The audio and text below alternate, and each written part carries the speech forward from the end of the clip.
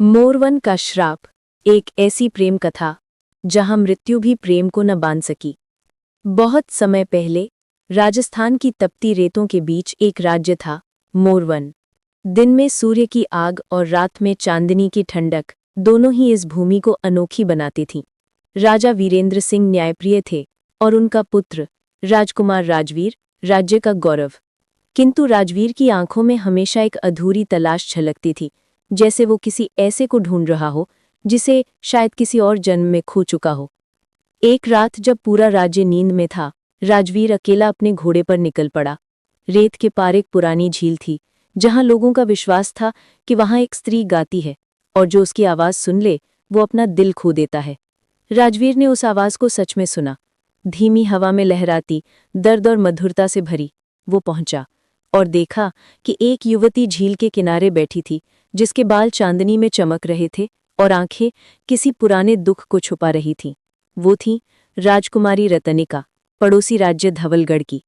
राजवीर ठिठक गया, जैसे सदियों से जिस चेहरे की तलाश थी वो आज उसके सामने आ गया हो। राजवीर झिमते हुए बोला, देवी, क्या आप कोई परी हैं या इस रात की कोई रानी? रतनिका मुस्कुराई, मैं कोई परी नहीं, बस इस झील की मित्र हूं। उनकी नजरें मिलीं और एक दूसरे के प्रति उनकी आंखों में विश्वास जागा। दिन बीतते गए, दोनों की मुलाकातें झील के तट पर होने लगीं। चांदनी रातों में जब हवा बहती तो दोनों के बीच अनकहे शब्दों की सरगम गूंजती थी। एक रात रतनिका ने पूछा, राजवीर, क्या तुम्हें डर नहीं लगता? ये जगह श्रापित मानी जाती है।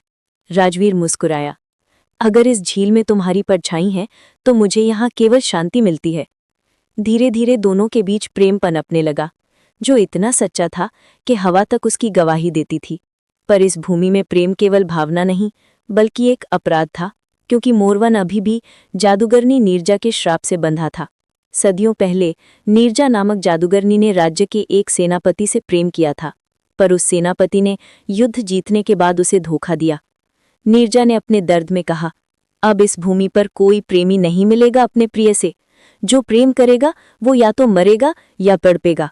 उसके शब्द हवा में घुल गए और तब से मोरवन की झील श्रापित हो गई।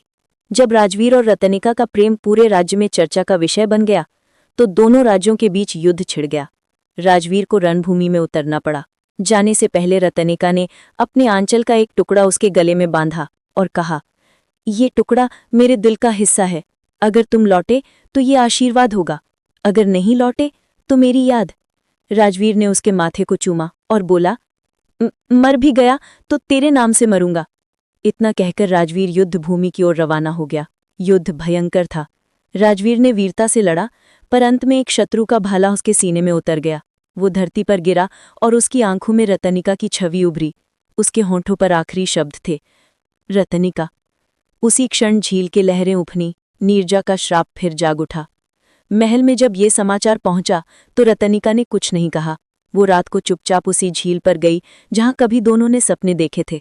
उसने आंचल का वही टुकड़ा उठाया जो अब रक्त से भीगा था। रतनिका आंसू बहाते हुए बोली, तुम चले गए तो मैं किस लिए रहूं? वो धीरे धीरे पानी में उतरी। झील की सतह पर हल्की लहर उठी और उसमें नीरजा की आत्मा दिखाई दी। नीरजा बोली, तुम्हारा प्रेम उसे जीवित नहीं कर सकता। रतनिका ने शांत स्वर में कहा, प्रेम कभी मरता नहीं, बस जन्म बदलता है। इतना कहकर वो झील में विलीन हो गई। उसी क्षण नीरजा की आंखों से आंसू बहे। वो समझ गई कि प्रेम को श्रापित नहीं किया जा सकता। आकाश में नीली लौ उठी और मोरवन की भूमि पर श्राप दरकने लगा। सदियां बीत गईं, राज्य रेत में दब गया, इतिहास बन गया। पर एक दिन उसी भूमि पर एक बालक और एक बालिका जन्मी। एक वीर राजघराने में नाम आरव और दूसरी पड़ोसी राज्य में नाम मायरा। जब वो बड़े हुए तो दोनों को एक अजीब सी पहचान महसूस होती थी, जैसे आत्मा किसी पुराने नाम को पुकार रही हो। एक दिन आरव अपने घोड़े पर घूमते हुए उसी पुरानी झील के पास पहुंचा। झील अब सूखी सी लगती थी, पर हवा में वही अनजानी सरगम तैर रही थी। मायरा वहीं फूल चढ़ाने आई थी। दोनों की नजरें मिली और समय जैसे ठहर गया। एक क्षण को झील की सतह पर हल्की लहर उठी और उसमें दो परछाइयां उभरी, राजवीर और रतनिका।